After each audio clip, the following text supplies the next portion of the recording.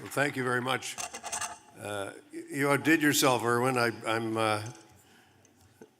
I'm truly astounded by your introduction, and I appreciate it a great deal. Unfortunately, my parents are not alive to hear your comments. But you know, I want to start by talking to you tonight about an election that's been very much on all of our minds. I'm referring, of course, to the election in Malaysia, where you may have noticed that the new Prime Minister is 92 years old.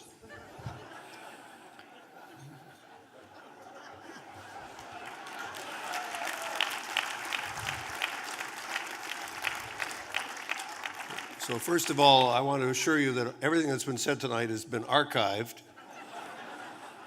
And secondly, to say that in 2041, I'm ready. I'm ready for it. I'm ready.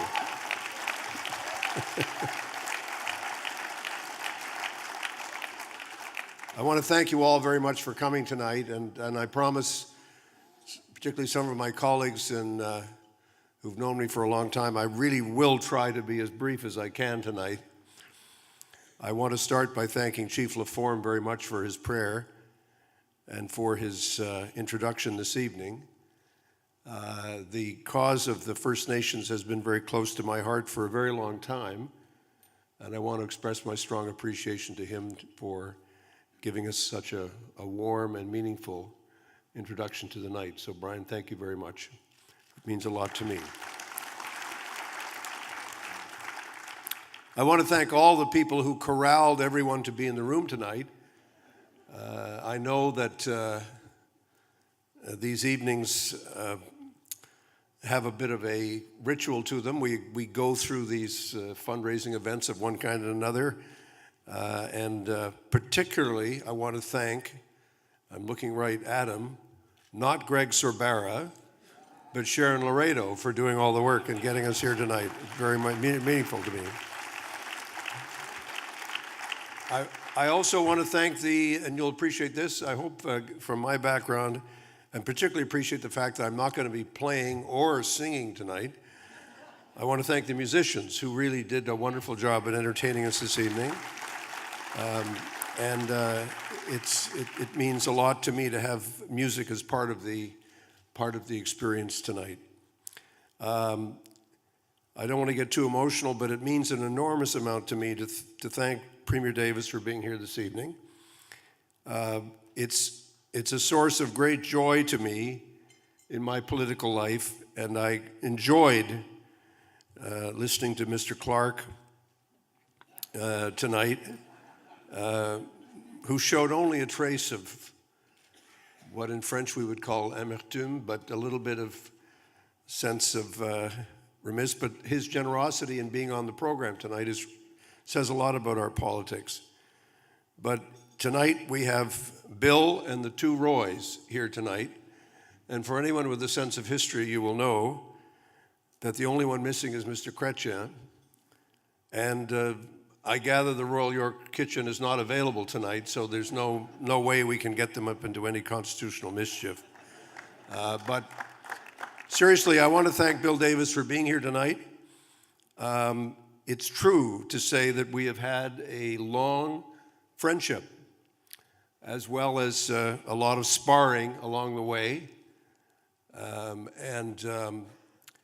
I really do appreciate very much his being here. As I do so many friends from different political parties, some of which I was actually a member, and two of which I was a leader. So it's wonderful to have all of you here, and to have a sense, a little bit of, I may be reading too much into this situation, but a sense of forgiveness, for which I am very, very grateful. Speaking of forgiveness, my wife, Arlene, has said that she was along for the ride, but that's not so much the situation. I'm sure everyone here understands what I'm saying, is I could not possibly have been able to do what I did and what I'm doing without her love and support. And the same is true, please.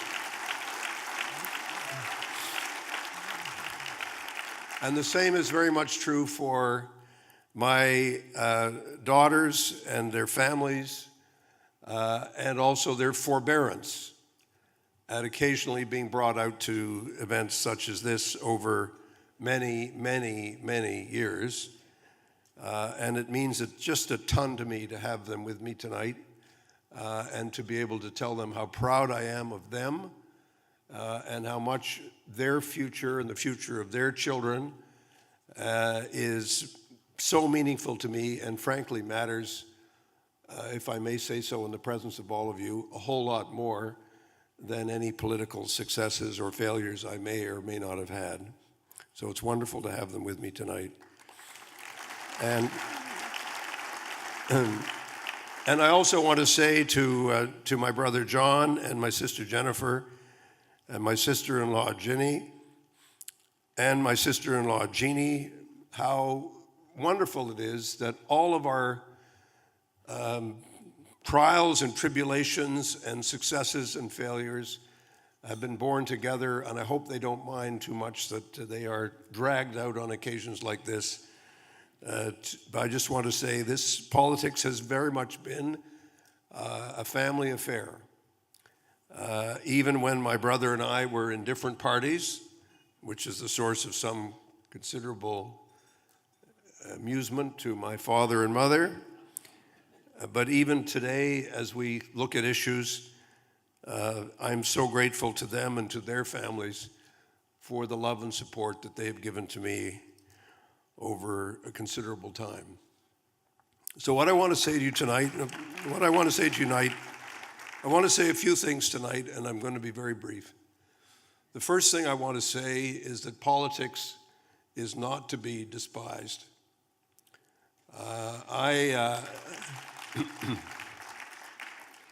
It can be as noble as we want to make it, and it can be as stupid and as dumb as we choose to make it as well. And I would be remiss tonight because apart from a very tiny order and council appointment, I really don't owe anything to anybody at this point in time. I just want to say to all of you that I'm tired of hearing from people who say, I don't like politicians. Let me say to you tonight, I am a politician. My name is Bob. I am a politician. I am proud of it. I believe in it. I think it's necessary. And we need good politics, and we need good politicians. That's what we need. That's what this country needs.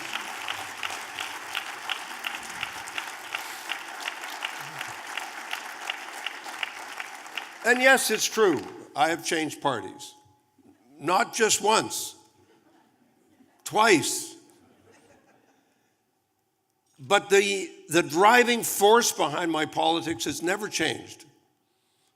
The vision that I've had of going into politics, of trying to do good for people, and of believing in noble ideas never changed. The method by which we chose to do it, yes, that changed. And it has pained me a great deal in my life, I can say in all honesty to all of you, that in my political life I have changed parties, but I've never changed conviction. And there are some in those parties who say, oh, you've betrayed us, you've left us, you've gone over to another side, you've gone to the forces of darkness. No, I don't think so.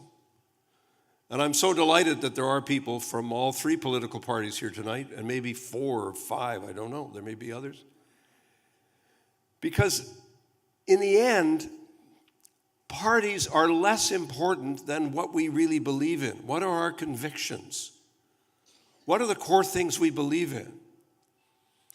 And I know in my own heart that those convictions have never really shifted or changed. And when it comes to parliamentary politics, the reason that I have embraced it for so much of my life is because I believe in the debate and I believe in the dialogue. And I don't mind saying to all of you tonight, and many of you have seen me in different roles in opposition, in government, briefly. Oh, how wonderful that brief period in time was. Just premier, just the words just kind of float out of your mind. Oh, you turn around, you're like, so what? Who's it?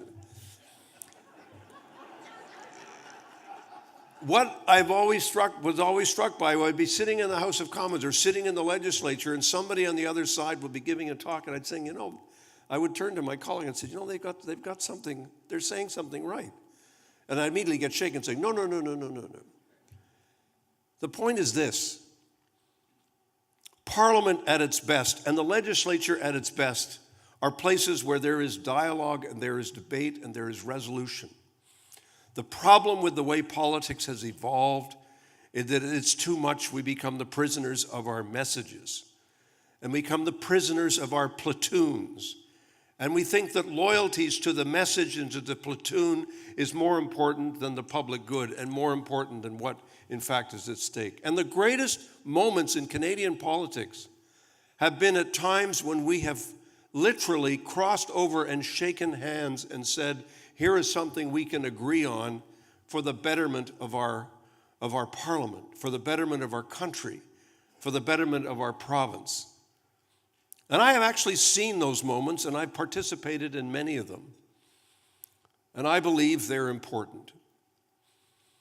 Someone here tonight, I won't mention him, said to me at a time when I was contemplating going back into politics and said, why are you doing this? Why would you want to put yourself through that again? And I said to him, because I believe in it. I believe in the process. And I believe in the fact that unless some of us recognize that this is our vocation, the public good will not be served. And I have to confess that I have, like many others, talked a lot about how we need to aspire to dignity and aspire to respect. And aspire to recognize the dignity of difference across the aisle. And yet I also know, and some of you will look at me and say, weren't you the guy that, I have been a remarkably tough partisan figure. I've not been easy on my opponents. I've not always been forgiving. And sometimes I've been rude. And for that, I promise not to do it again, except maybe tomorrow when I get up in the morning and decide to put out a tweet. But don't worry, I won't do that. But we should still have these aspirations. And one of the things that I think we need to think about in our politics today is to recognize that we can disagree with each other, as my friend Bill Graham said in his last speech in the House of Commons. He said, we can disagree with each other without being disagreeable. And I think that was such a simple way of expressing a very, very clear and necessary message. We don't have to go to other countries to find a politics that is disagreeable. We only have to look at our own and say it sometimes, is this really necessary? Do we really have to say this about our opponents?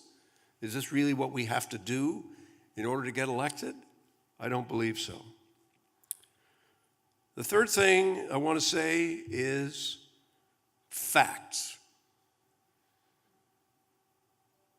There are things called facts.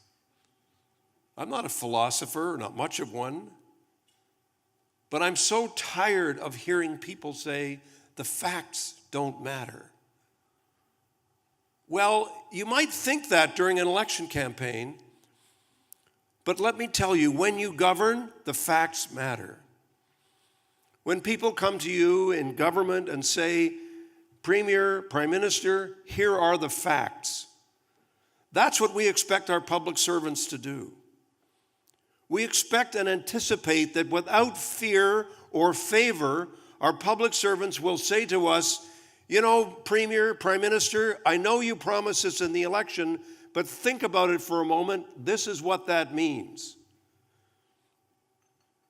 And we have to fight against a politics that pretends that there aren't hard facts we need to address as Canadians. There's only so much we can borrow. There's only so much we can spend. There's only so much we can tax. We can find the right combinations and make the arguments we need to make to deal with that. But let's not pretend there aren't facts in politics. There are facts, there's science, and there are values, and we should fight to maintain science and facts and values because that's what matters in life and that's what matters in politics, whether we're in government or whether we're in opposition.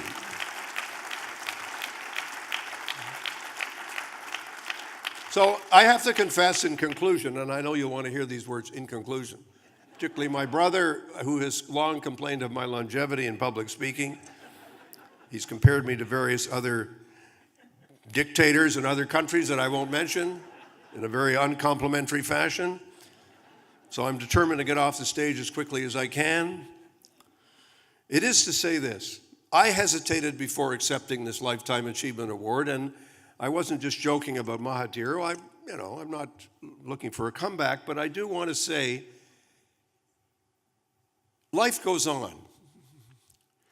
Somebody said to me, is this your Lifetime Achievement Award? I said, well, my life isn't over yet. I'd like to sort of reflect on that at a later date as to whether it's my lifetime achievement. And maybe something else. I don't know what it could be. I just want to say to everyone here tonight, and there are many former parliamentarians with me tonight, we know that the moment that we had in combat, the moment we had in parliamentary life, the moments we had in government were among the most vital and meaningful to us that we've ever had. And we know that. And we also know there are many people who've been in Parliament who have trouble getting a job, contrary to all of the baloney that you hear out there, difficulty, finding their feet again and finding their way forward and how are they going to move forward. We need, as former parliamentarians, as people who've been engaged in the political process, we need to stick together, talk to each other. I've said to Francis LeBlanc, I said, we shouldn't be the former anything. I'm tired of being former this, former that. No. We're alumni. We're alumni of the political process. We may go back to it. Who knows? Some of us will, some of us won't. But we still have stuff to do. We still have stuff to give. And without anybody, and Steve Pakin's here tonight, I know he's going to say something and saying, what was he really meaning? What did he mean when he said that? What was he talking about? What was he getting at? I'm not getting at anything. What I'm trying to say, though, is don't belittle experience. Don't engage in this stupid kind of ageism. Yeah, of course, we have to make way for the next generation and the generation after that. Of course we do. But we also have to share with people the benefits of our experience. We've been through stuff. We've shared things. We've been through those moments. We've tried it. Yes, of course, the garrulous old guy wandering around saying, don't. One of the reasons I left Parliament, I said, I'm not going to be crazy Uncle Bob in the attic, coming down and saying to people, don't do this. I don't want to do that. Mr. Dithers in an invitation, I'm not going to do that either. But I do believe there's a value in experience. There's a value in what we still have to say and do. And the fact is we are living longer. And hey, we're not going away. We're still here. And it seems to me that we would all be better as a society if we learned something. And I say this thinking a little bit of the prayer of Chief Laforme. We need to respect each other across the generations. And we need to understand that there's something to be gained by listening to the elders. Just as there is something to be gained by listening to the agonies and the concerns and the anger and frustration of our young people. I was very honored tonight by the comments that have been made. John, I appreciated your story very much from those experiences at Charlottetown, and Roy Romano is here tonight, and he'll remember those days very well. It's true. I have come back in my life, and my friends from Otis Clear Townsend are here tonight. I've come back to practice Indigenous law, and I've come back to deal with what I consider to be the greatest piece of unfinished business in our country, which is the meaning of truth and reconciliation and moving forward in a way that respects the difference and the dignity and the respect that is required for generations to come. And I've also been honored by this opportunity that I had from the Prime Minister to deal with the refugee crisis in Myanmar. And I don't think I could have given the advice that I gave the Prime Minister, whether it will be accepted or not, if I had not had the experience that I've had. Experience of government, experience in diplomacy, experience in dealing with difficult human rights issues, and how are we going to go forward together? I think a lot of my former parliamentarians would understand what I mean when I say, as I've often said to my wife, grow old with me. The best is yet to be. It ain't over. We all keep going because we share the vision of rights and the vision of justice. And so it was particularly meaningful to me that my dear friend Irwin Cotler would be giving the introduction, even though he was brought in as a pinch hitter at the last minute because Francis's back went out. Because I always remember Irwin on many occasions ending his speeches with the words, justice, justice shalt thou do, justice shalt thou pursue. If we have an objective and a goal and a vision that is always bigger than ourselves, then regardless of our age, regardless of our background, we shall be able to achieve it together. And so it's with great pride that I accept this honor tonight. I'm delighted that everyone's come out, and it's wonderful to see so many of my family and friends who are with us, my colleagues in Parliament, my colleagues in the legislature, my colleagues in government, my colleagues in opposition. It's wonderful to have been able to join with you in many struggles, but as we say, the struggle continues. Thank you very much. I appreciate it so much to be with you.